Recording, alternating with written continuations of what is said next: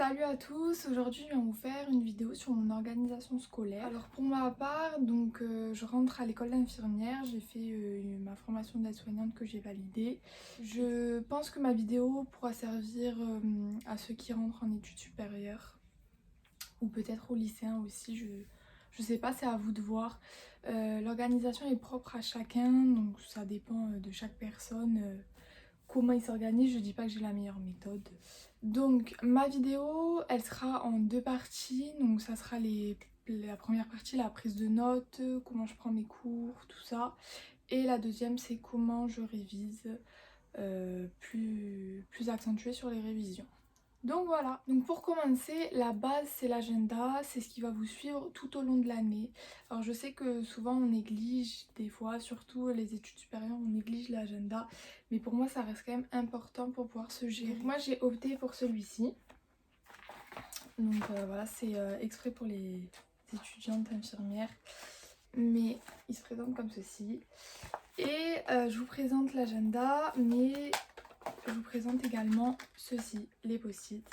Il faut savoir que moi dans ma formation il y a des cours magistraux, des TD, des partiels, des stages et chaque couleur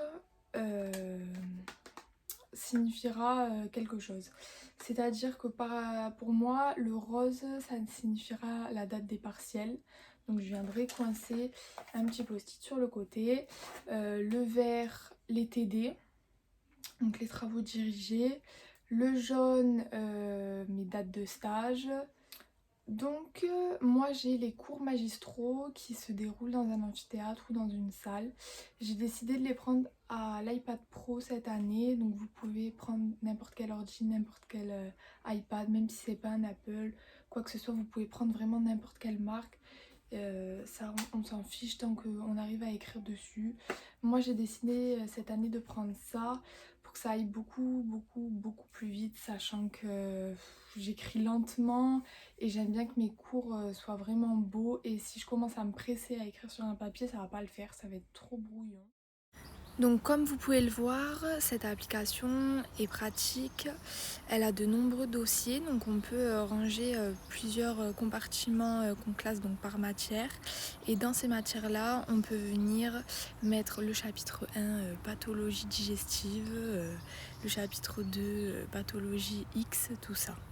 J'ai décidé d'acheter une imprimante parce que je vais déménager du coup pour mes études, donc je vais avoir un appartement et je me suis acheté une imprimante où à chaque fin de semaine j'imprimerai mes cours de la semaine. J'imprimerai pas tous les jours mais à chaque fin de semaine, et du coup je les rangerai dans un classeur avec des intercalaires, et les intercalaires ça sera les unités d'enseignement ou les matières pour d'autres filières. Ensuite, comme je vous ai dit, j'ai des TD, donc des travaux dirigés. C'est souvent en groupe, ce qui fait que la plateforme d'ordinateur ou d'iPad, tout ça, j'aime pas trop. Je préfère gratter du papier.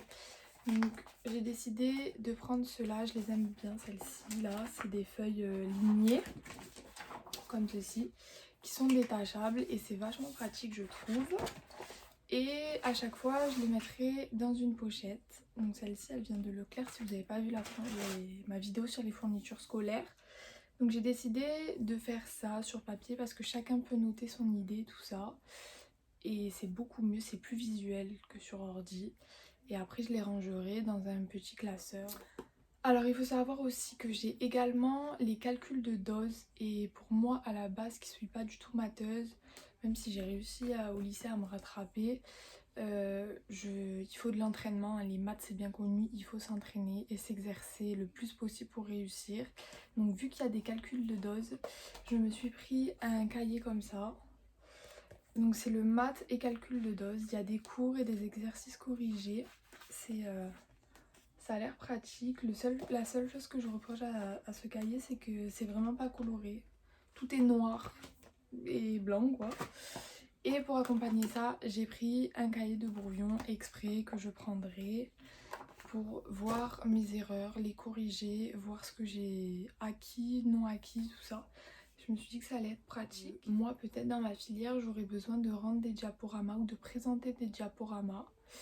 Et ça, je le ferai donc sur mon iPad avec l'application Keynote. Donc je vous montrerai de quoi je vous parle, parce que là comme ça c'est un peu compliqué de comprendre, mais c'est une application gratuite. Donc cette application qui est gratuite sur Apple est vraiment pratique. Elle permet d'avoir plusieurs diaporamas. Donc vous verrez, là j'ai pas exploité, je vous ai pas montré tout ce qu'il y a dans cette application. Mais il y a énormément de possibilités possibles avec différents thèmes, différents sous-titres, sous-parties. Et c'est vraiment cool pour pouvoir le projeter au tableau. Et ça remplace tout à fait des applications payantes. Ensuite, on passe à la deuxième partie de la vidéo qui est précisée sur les révisions. Donc tout d'abord, moi dans ma filière j'ai énormément de définitions et j'ai décidé de les mettre dans un répertoire qui est assez grand quand même. J'ai pris ça pour pouvoir noter les contre-indications, les indications, les effets secondaires, les familles des médicaments, tout ça.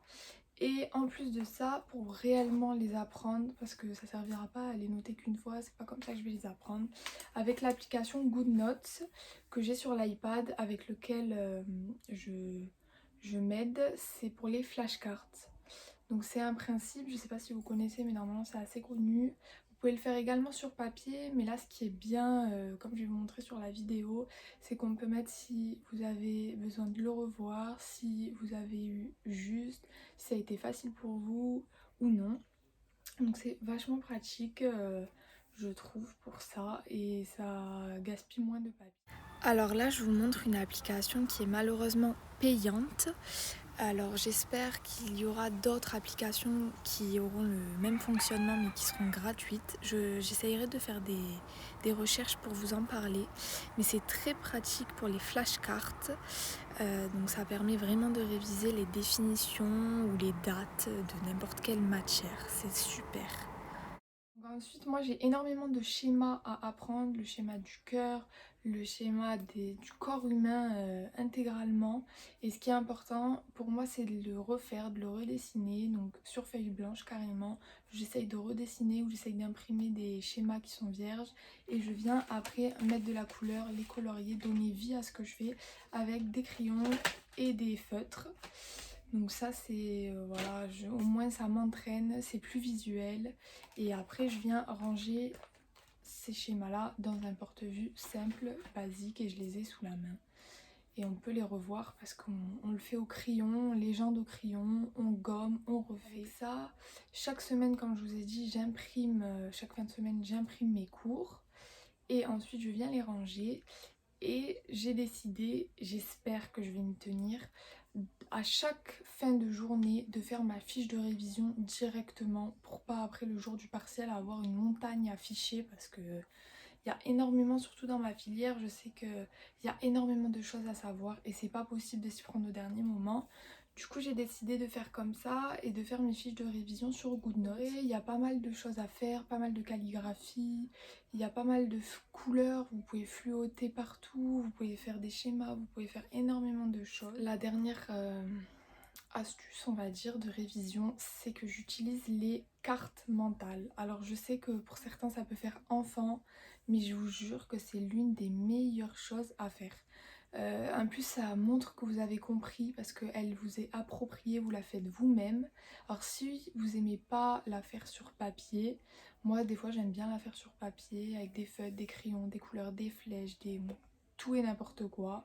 Mais ça permet de résumer votre cours, vous mettez en gros le thème, ensuite vous mettez des flèches, enfin c'est vraiment hyper bien. Mais sinon, donc si vous aimez pas le faire sur papier, j'ai deux applications à vous conseiller qui sont gratuites. Il y en a une, il me semble que vous pouvez payer pour l'avoir en professionnel, mais moi c'est bon pour faire des cartes mentales, faut pas abuser non plus. Du coup voilà, mais c'est vraiment super ces applications, on peut mettre beaucoup de couleurs, il y a des nuages, des flèches de toutes les couleurs, de toutes les formes, c'est vraiment pratique. Alors cette application, elle peut s'utiliser payante comme non payante. Moi j'utilise bien sûr la version gratuite car je trouve qu'elle suffit amplement. Donc comme vous voyez sur l'image, les cartes mentales, à quoi elles servent. Il y a aussi énormément d'éléments qu'on peut placer dessus. On n'est pas obligé de les dessiner, donc si vous n'êtes pas très bon dessinateur comme moi, ça peut être pratique aussi. Il y a énormément de thèmes, il n'y a pas que la science, il y a de tout. Franchement, elle fait vraiment l'affaire. Alors celle-ci c'est la deuxième application qui est également gratuite. Elle est faite à la base pour les enfants, mais je trouve qu'elle peut être aussi pratique pour tout autre adulte et tout autre étudiant. Elle est un peu plus simple et il y a un peu moins d'éléments aussi, mais elle est très très bien. Elle peut être très claire si vous aimez les choses simples, sans photos, sans graphisme et sans des choses trop extravagantes. Il y a quand même pas mal d'options.